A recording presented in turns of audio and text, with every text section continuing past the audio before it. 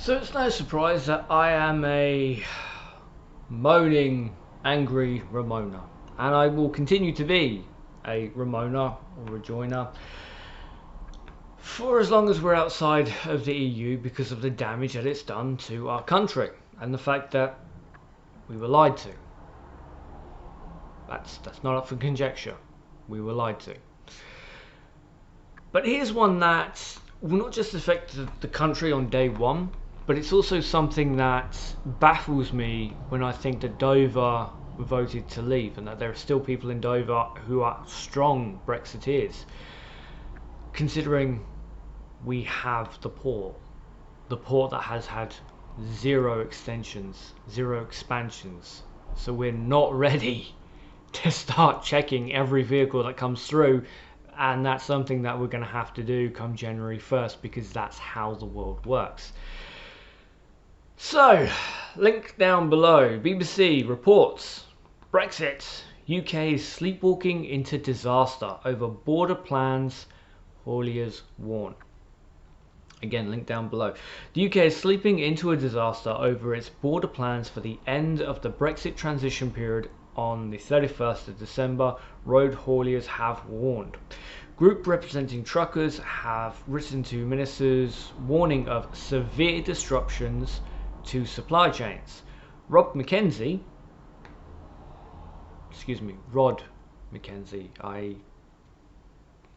that tripped me for a second because I know Rob McKenzie. Anyway, Rod McKenzie from Road Haulage Association said the government should act now before it's too late. Yeah, okay. But Boris Johnson said the UK was ready for the eventuality after the transition period. The liar said something that might not be true. Weird that. Weird. The government has also given itself power to build temporary lorry parks in England without local approval. Side note. These things have to be done. Okay? I'm not a Remainer because I am in love with the EU, though I do appreciate everything that we get from them, especially in Dover. They kitted out Dover Hospital, but the Conservatives keep it shut for the most part. That's the Conservatives, but it's kitted out. But my biggest gripe throughout all these things is here's the issue.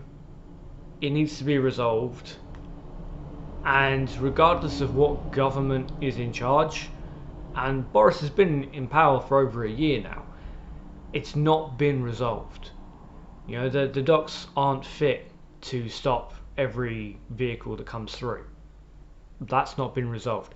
Michael Gove said the system that will eventually be in place won't actually be ready till 2023, 2024, something like that. This government brought in universal credits 10 years ago, and that's still a fuck up.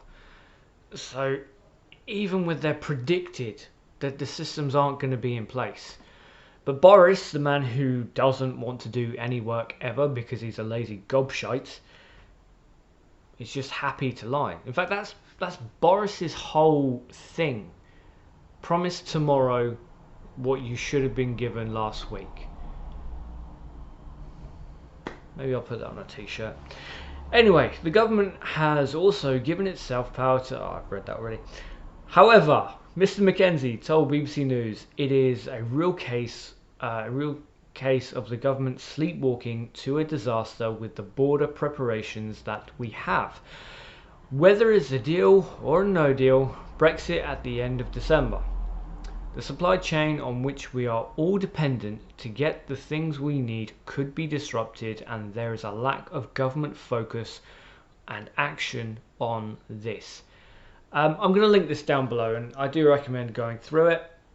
The BBC, the political wing of the BBC is not left wing. They're not. They're just not. The entertainment is so left wing it's sickening, and they're destroying things like Doctor Who.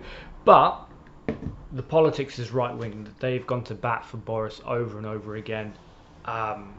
It's quite sickening, especially with a few other stories that have come out. But the point of this is now we're starting to see more and more issues being raised. More and more outlets are saying, okay, well, here's a massive problem, and the people who work in this industry are saying we're not ready.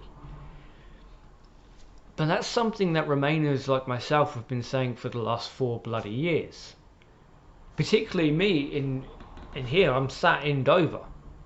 I'm like a 15-minute walk from the port, so I can see that the port is not big enough. They haven't got the systems to do these things. And when there is slowdown, because they do it every year, every single year for at least once, they start checking more vigorously. You know, they don't have to check every vehicle going in because we have the relationship with Europe. I know it's weird, but every year they do check a lot more vehicles, a lot more lorries, and that packs up Dover. If there's a problem at the other end and the ferries can't leave because the sea's just too rough, Dover, for the most part, gets gridlocked. There's like 3 main roads in Dover and they all get swamped. Hell, I'm on one of the busiest roads as it is. So there are issues with that. But when it comes to doing these checks, or the water or things like that, we know that the next day very likely we'll be able to rush through it, push through it, and we can make it work. But when it comes to after the transition period, so the 1st of January, well, the 1st of January is going to be the same as the 2nd and the 3rd and the 4th and the 5th. Over 10,000 lorries come through Dover every single day.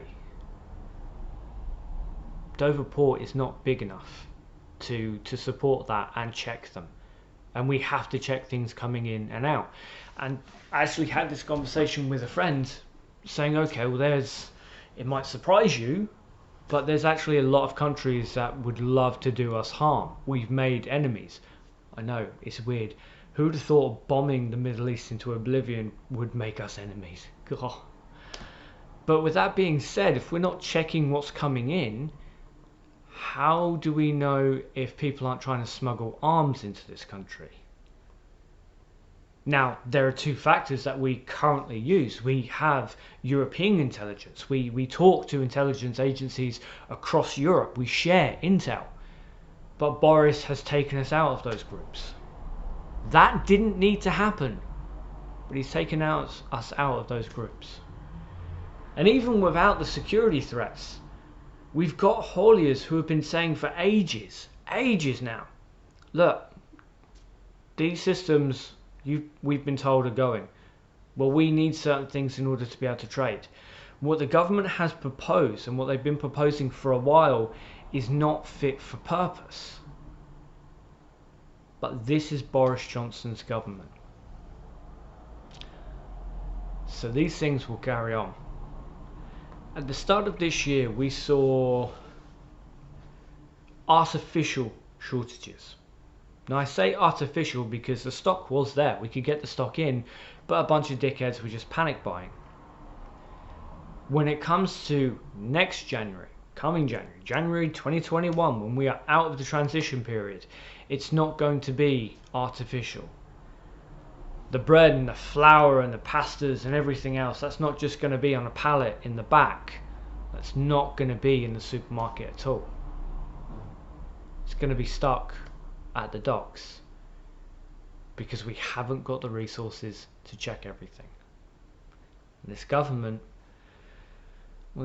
couldn't organise a piss up in the brewery.